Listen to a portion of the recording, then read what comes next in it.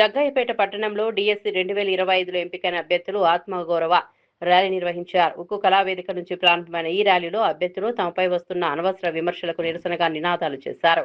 తమ కష్టం ప్రతిభను అవమానించవద్దని కోరుతూ పట్టణంలోని ప్రధాన వీధుల గుండా ర్యాలీ నిర్వహించారు. అభ్యర్థులతో పాటు వారి కుటుంబ సభ్యులు, శ్రేయోభిలాషులు పెద్ద సంఖ్యలో పాల్గొన్నారు. స్థానిక శాసనసభ్యులు శ్రీరామ్ రాజగోపాల్ తాతయ్య ర్యాలీలో పాల్గొని అభ్యర్థులకు సంఘీభావం తెలిపారు.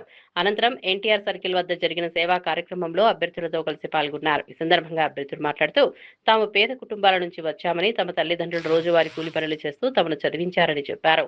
ఎన్నో కష్టాలు ఎదుర్కొని రేయింబౌళ్లు చదివి ఉద్యోగాలు సాధించామని, ఇప్పుడు కొందరు తమను అవమానించేలా మాట్లాడడం బాధ కలిగిస్తోందని ఆవేదన వ్యక్తం చేశారు. నేను చిన్నప్పటి నుంచి మా నాన్న ఎంతో కష్టపడేటోళ్ళు. అంటే ఆయన పెయింటింగ్ పని చేసేవాళ్ళు. రోజుకి సంపాదించిన కూలే మాకు మరుసటి రోజు తినడానికి ఉండేది. అలానే నేను చిన్నప్పటి నుంచి జిమ్నాస్టిక్స్ చేసేదాన్ని. నేను జిమ్నాస్టిక్స్లో ఇంటర్నేషనల్ లెవెల్ కూడా ఆడొచ్చాను.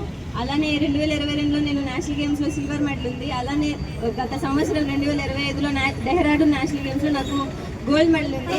అలానే నాకు ఎన్నో సీనియర్ నేషనల్ మెడల్స్ ఉన్నాయి. అలానే ఎన్నో నేషనల్స్ పార్టిసిపేట్ చేస్తున్నాను. ఈ మెరిట్ అంతా నన్ను గుర్తించి నాకు ఈ ఉద్యోగం అవకాశం ఇచ్చిన ప్రభుత్వానికి ఎంతో రుణపడి ఉంటామండి. Thank you. అలాగే ఈ డిఎస్సిలో కూడా వెంటనే నా మెడల్ని గుర్తించి నాకు ఈ జాబ్ కూడా ఇవ్వడం జరిగింది. ఈ స్పోర్ట్స్ కోటాలో నాకు ఉద్యోగం రావడం చాలా సంతోషంగా ఉంది. దీనివల్ల నా ఫ్యామిలీ చాలా వరకు లబ్ధి పొందుతుంది. ఇంతకుముందు వరకు అయితే మా ఫ్యామిలీ రోజువారీ పనులు చేసుకునే వాళ్ళే, రోజుకి 300 and 400 సంపాదించుకునే వాళ్ళే. ఈరోజు ఈ ఉద్యోగం రావడం వల్ల నాకు వాళ్ళ ఇంట్లో ప్రశాంతంగా ఉండి కొంచెం తినడం కానీ, ఇంట్లో ఉండడం కానీ జరుగుతుంది. మాతో సంఘీభావం ప్రకటించడానికి వచ్చిన ఎమ్మెల్యే గారికి కూడా నమస్కారం అండి. అయితే చాలామంది చాలా రకాలుగా మాట్లాడుతున్నారండి. డబ్బులు కట్టాము వచ్చామని. ఒకసారి మా ప్రిపరేషన్ మీరు చూసి తెలుసుకుని మాట్లాడండి. ఎవరైనా సరే పొద్దున్న రోజుకి 14 గంటలు చదివి వస్తే వచ్చిందండి. ఇది ఊరికే రాలేదండి. మేడం గారు చెప్పినట్టు కూడా ఇంట్లో వాళ్ళందరినీ వదిలేసి మరి ప్రిపేర్ అయ్యాను మేము. నిజం ఎప్పుడైనా నిప్పు లాంటిదండి, అది ఇప్పుడు రగులుతుంది. అబద్ధాలు చాలా చెప్పచ్చు, కానీ మీరు ప్రూవ్ చేయాలి. మేము ప్రూవ్ చేయడానికి వచ్చాము. ఇక్కడ వచ్చిన ఈ మెగా డేస్లో వచ్చిన ప్రతి ఒక్కరికి కూడా ఊరికే రాలేదండి, చాలా కష్టపడితే వచ్చింది. నిద్ర లేని రాత్రి గడిపామండి.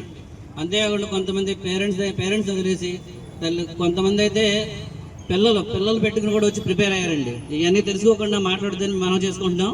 అంతేకాకుండా ఇక్కడ వచ్చిన ప్రతి ఒక్కరు కూడా అదే జాబ్ తగులుతుంది. మీరు కావాలంటే వెరిఫై చేసుకోండి.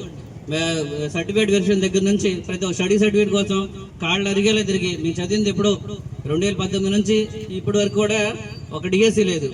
అయినా సరే 8 సంవత్సరాలు 9 సంవత్సరాలు 10 సంవత్సరాలు కూడా వెయిట్ చేసిన వాళ్ళు ఉన్నారు. మేమందరం ఊరికే పెట్టేస్తూ రాలేదండి. బాగా చదివి నిద్రలేని రాత్రులు గడిపే చేస్తే వచ్చినాయి. ఇక్కడ డిఎస్సి వాళ్ళకి టీచర్స్ కి ఎప్పుడు సంఘీభావం ఉంటుంది. వాళ్ళ అండదండలతోనే మేము ఎప్పుడు కూడా ముందరికి వెళ్ళాలని అనుకుంటున్నాము. ఎప్పుడు మీరు మాతో ఉంటారని అనుకుంటున్నాం సార్. మళ్ళీ చెప్తున్నానండి, మెగా డిఎస్సి వాళ్ళు వాళ్ళ కష్టంతో వచ్చారండి.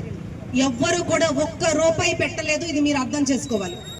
60,000 మంది సెలెక్ట్ అయ్యారు. అంటే 1:35 35 మంది రాస్తే ఒకరు సెలెక్ట్ అయ్యారు.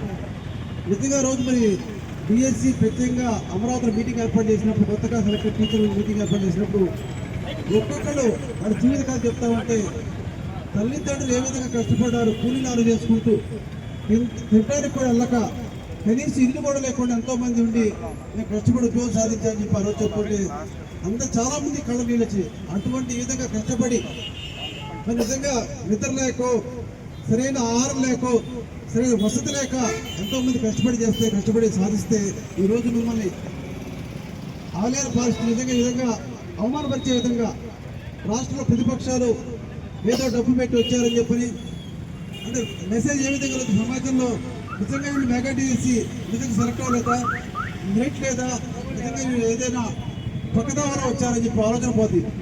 ఈ విధంగా మనం సమర్థించుకోకపోతే తప్పకుండా చాలా పబ్లిక్ లెవెల్ కొట్టారంటే నిజంగా వీళ్ళు మెరిట్ లేదు. ఏదైనా ఒక స్టూడెంట్ పెట్టినప్పుడు కూడా పేరెంట్స్ వస్తారు, మీ అందరూ కూడా మెగా డిఎస్సి కాదు దొంగ డిఎస్సి మాయ డిఎస్సి చెప్తారు. అందువల్ల ప్రజలు ఈరోజు మెసేజ్ వెళ్ళాలి. అంటే మీ అందరూ కష్టపడ్డవారు 16,000 మంది నిజంగా చరిత్రలు ఎక్కడ కూడా ఇప్పటికీ తెలుగుదేశం ప్రభుత్వం ఆనాడు ఈనాడు కూడా ఇప్పటికీ 8 డిఎస్సీలు పెడితే ఇప్పటికీ 1,00,000 పైన మంది ఉపాధ్యాయులు ఉన్నారంటే తెలుగుదేశం ప్రభుత్వం, ఈనాడు కూటమి ప్రభుత్వం. గత ప్రభుత్వం ఎప్పుడు కూడా డిఎస్సీ పెట్టేవాడు కాదు, ఏదో ముక్కుబడిగా చేసేవాడు. ఈ ప్రభుత్వం ప్రత్యేకంగా నారా లోకేష్ గారు దీంట్లో డిఎస్సీ సెలక్షన్ కావచ్చు, టీచర్స్ ట్రాన్స్ఫర్స్ కావచ్చు, ఎక్కడ కూడా ఏమాత్రం రాజకీయంగా అవకాశం లేకుండా మరి అంత చక్కగా జరుగుతూ ఉంటే